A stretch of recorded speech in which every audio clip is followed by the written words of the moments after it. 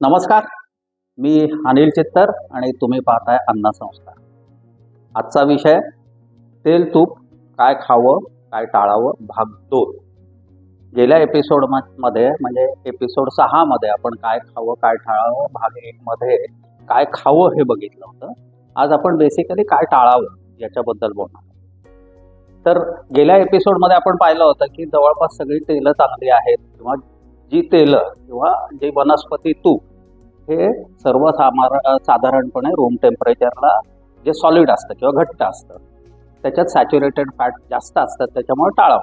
त्यात आपण तूप आणि खोबरेल तेल हे घट्ट असताना किंवा सॅच्युरेटेड फॅट असताना सुद्धा चांगलं का ते पाहिलं.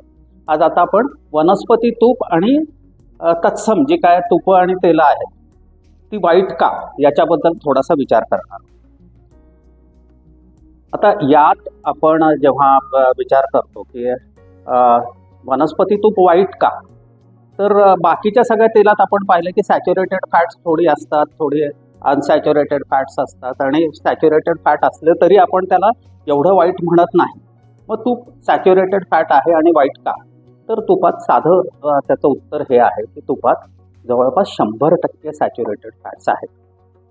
आता नॉर्मली कसं असतं की निसर्ग हा कुठल्या तरी एका टोकाला जात नाही. 100% सॅच्युरेटेड फॅट हे नॅचरल फॅटमध्ये असायला नको. मग याच्यात का असतं, तर उत्तर साधं आहे की ही जी काय वनस्पती तूप आहेत ज्याला आपण वनस्पती तूप म्हणतो हे मॅनमेड आहे, हे नैसर्गिक नाही आणि त्याला आपण जाणीवपूर्वक 100% सॅच्युरेटेड फॅट्सपर्यंत नेलेलं असतं, म्हणून त्याच्यात 100% सॅच्युरेटेड फॅट आहे. तर आता हे का कशासाठी आता आपण बघूया. तर मी मुद्दाम एक मॉडेल केलं आहे, हे अनसॅच्युरेटेड फॅट आहे. म्हणजे आपण गेल्या एपिसोडमध्ये पाहिलं की फॅटी ॲसिडची चेन असते, तर इथे ही कार्बनचे ॲटम्स आहेत आणि हे एकमेकांना जोडले गेलेले आहेत. तर जिथे जिथे आता हे दिसतंय तिथे तिथे अनसॅच्युरेशन आहे असं आपण समजूयात आणि हे एकमेकांभोवती फिरतात. जर हे तुम्ही पाहिलं तर हे एकमेकांभोवती फिरतात सगळे. तर जी अनसॅच्युरेटेड फॅटची रिॲक्शनची जी ॲबिलिटी आहे ती याच्यामुळे येते. आता हे सगळं करताना अनसॅच्युरेटेड रिॲक्टिव्ह आहेत, चांगले आहेत, हा जसा चांगला भाग आहे तसा त्याच्यात एक थोडासा आपल्या दृष्टीने चुकीचा भाग हा असतो की तेल खूप जुनं झालं किंवा तेल आपण तळताना किंवा बेकिंग करताना खूप जास्त टेम्परेचरला त्याला एक्सपोज केलं किंवा खूप वेळा गरम गार केलं तर काय होतं, ही रिॲक्टिव्ह असल्यामुळे ही तुटतात आणि असे तुकडे त्याचे पडत जातात आणि हा जो तुकडा आहे याला म्हणतात फ्री फॅटी ॲसिड. याला एका बाजूला फॅटी ॲसिडचा रिॲक्टिव्ह ग्रुप आहे, इकडे ओमेगा ग्रुप आहे, पण ही छोटी फॅटी ॲसिडचे तुकडे जे असतात ते तेलामध्ये जमत जातात आणि याला मग फ्री फॅटी ॲसिड असं म्हणतात. आणि जेवढं फ्री फॅटी ॲसिड तेलात किंवा तुपात जास्त तितकं त्याला बेसिकली ते आपल्या शरीराच्या दृष्टीने वाईट असतं आणि त्याच्यामुळे कदाचित निसर्गाने हे एक सोय करून ठेवलेली असते की आपल्याला जे शरीराला चांगलं नाही ते सर्वसाधारणपणे आपल्याला त्याच्याबद्दल नॉशिया असतो किंवा त्याच्याबद्दल तिटकारा असतो, आपल्याला नकोस असतं. त्याच्यामुळे जर ही फ्री फॅटी ॲसिड्स वाढली तेलातली तर त्याला एक विशिष्ट वास येतो जो आपल्याला आवडत नाही. तर खरं म्हणजे ती एक रिॲक्शन असते किंवा तो एक सिग्नल असतो निसर्गाकडून की हे तेल खराब झालेलं आहे, तुम्ही वापरू नका. आता त्याच्यामुळे काय होतं की फ्री फॅटी ॲसिड जितकी जास्त शरीराला वाईट आणि त्याच्याचबरोबर हे असतं की फ्री फॅटी ॲसिड्स वाढली की त्याच्याबरोबर बाकीचे काही केमिकल्स वाढतात, म्हणजे हायड्रोजन पेरॉक्साईड आहे किंवा नेसंट ऑक्सिजन्स आहे. तर त्याच्यामुळे ते टॉक्सिन होतच, पण आपल्याला नको असलेला त्याच्याशी एक विशिष्ट वास आणि त्याच्याबरोबर असतो. तर हे झाल्यामुळे काय होतं की जेव्हा आपण प्रोसेसिंग करतो किंवा खूप जुनं तेल असेल त्याला वास येतो. प्रोसेसिंग करताना जर तापमान आपण जसं बेकिंगला 250 ते 350 पर्यंत नेतो तर त्या टेम्परेचरला याचे तुकडे पडतात किंवा आपण ते तळतो त्यावेळी भले आपण 160-170 डिग्रीपर्यंत टेम्परेचर ठेवलं तरी ते खूप वेळा जर गरम गार झालं तर त्याचे तुकडे पडतात आणि हे जर केलं तर एंड प्रॉडक्टला वास येतो आणि तो सर्वसाधारणपणे लोक त्याला वाईट समजतात आणि घेतलं जातं. त्याच्यामुळे ज्यावेळी इंडस्ट्रीमध्ये हे तेल वापरलं जातं तर त्यावेळी पहिला प्रश्न हा होता की आपल्याला शेल्फ लाईफ वाढवायचा असेल तर याचे तुकडे पडून चालणार नाही. मग काय करायचं तर एक ही जी तुकडे पडायची प्रक्रिया आहे ही थांबवायची असेल तर काय करायला पाहिजे तर हे घट्ट करायचं म्हणजे थोडं हे सॅच्युरेटेड फॅटमध्ये याला कन्वर्ट करायचं. तर ही जी प्रोसेस आहे प्रक्रिया ज्याच्यात अनसॅच्युरेटेड फॅट हे सॅच्युरेटेड फॅटमध्ये कन्वर्ट केली जाते त्याला म्हणतात हायड्रोजनेशन. हे थोडक्यात फेविकॉल का जोड याला घट्ट करायचं आणि याची जी मुवमेंट आहे ती आपण काढून टाकायची अशी थोडक्यात. तर दिस इज हायड्रोजनेशन. आणि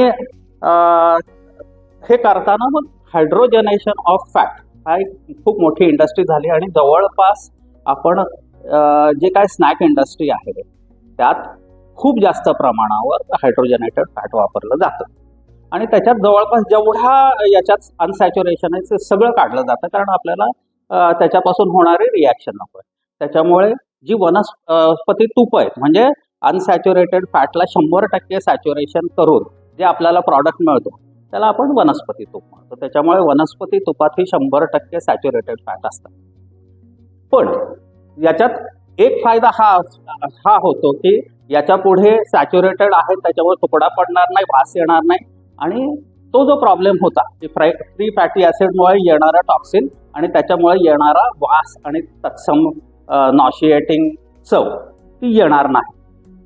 पण हे सगळं करताना काय होतं की सॅच्युरेशन वाढलं म्हणून एक प्रॉब्लेम होतो आणि त्याच्याबरोबर कसं होतं की हे आपण थोडंसं निसर्गाला फसवतो असं काहीतरी असावं. तर आपण काय केलं की निसर्गात जे आहे ते बदलायचा प्रयत्न करतोय. तर निसर्ग सुद्धा आपल्यापेक्षा वरतीच म्हणायला पाहिजे असतोच. म्हणजे आपण निसर्गाला फसवायचा प्रयत्न करतो. आता याच्यात काय होतं की प्रत्येक डबल बॉन्ड आहे इथे हा एक कार्बनचा ॲटम आहे, इथे कार्बनचा ॲटम आहे, त्याच्याबरोबर एक हायड्रोजनचा ॲटम जोडलेला असतो. ही ज्यावेळी दोन्ही कार्बनचे ॲटम हे एकाच बाजूला असतील तर त्याला कॉन्फिगरेशनला म्हणायचं सिस. असं हा प्रत्येक ठिकाणी असणार आहे. आपण मॉडेलसाठी फक्त एका ठिकाणी घेतो, याला म्हणायचं सिस. आणि नॅचरली ज्यावेळी तेल असतं त्यावेळी ही दोन शिंग म्हणा किंवा हे दोन हायड्रोजनचे ॲटम एकाच बाजूला होतात आणि जेव्हा आपण हायड्रोजनेशन करतो त्यावेळी हा वळतो आणि हा एकमेकांच्या विरुद्ध हे होतं. हे जे कॉन्फिगरेशन आहे याला म्हणायचं ट्रान्स. तर हा सिस आणि ट्रान्स. तर जेव्हा आपण याचं हायड्रोजनेशन करतो त्यावेळी अगदी म्हणजे जवळपास हायड्रोजनेशन केलं की याचा ट्रान्स फॉर्ममध्ये कन्वर्ट होतं. त्याच्यामुळे हायड्रोजनेशन झालेल्या वनस्पती तुपात हा काही प्रमाणात हा ट्रान्सफॅट हा असतोच असतो.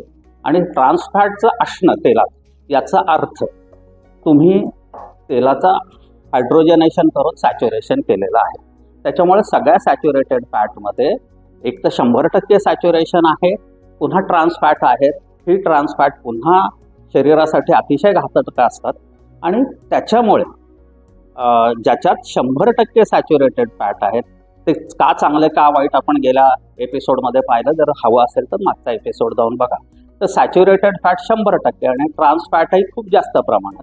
त्याच्यामुळे कुठलंही वनस्पती तूप किंवा हायड्रोजनेटेड फॅट किंवा बेकरी शॉर्टनिंग हे वेगवेगळ्या नावाने जे हायड्रोजनेशन करून आपल्याला तेलाचे किंवा तुपाचे तत्सम प्रकार दिलेले असतात ते टाळावेत.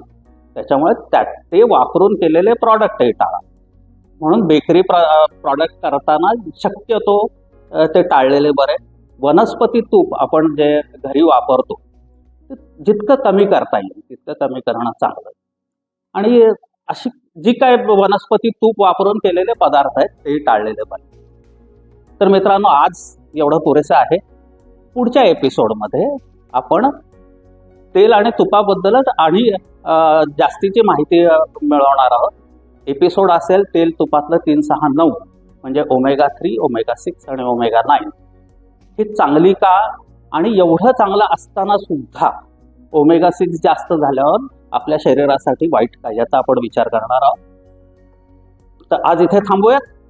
आणि मित्रांनो माहिती तुम्हाला आवडत असेल ऐकावंसं वाटत असेल लाईक करा, शेअर करा आणि पुन्हा अशी माहिती तुम्हाला वेळोवेळी हवी असेल, जसा आम्ही एपिसोड एअर करू तसं तुम्हाला इमिडिएटली त्याचे इंटिमेशन हवं असेल तर सबस्क्राईब करा. आज इथे थांबूयात. नमस्कार.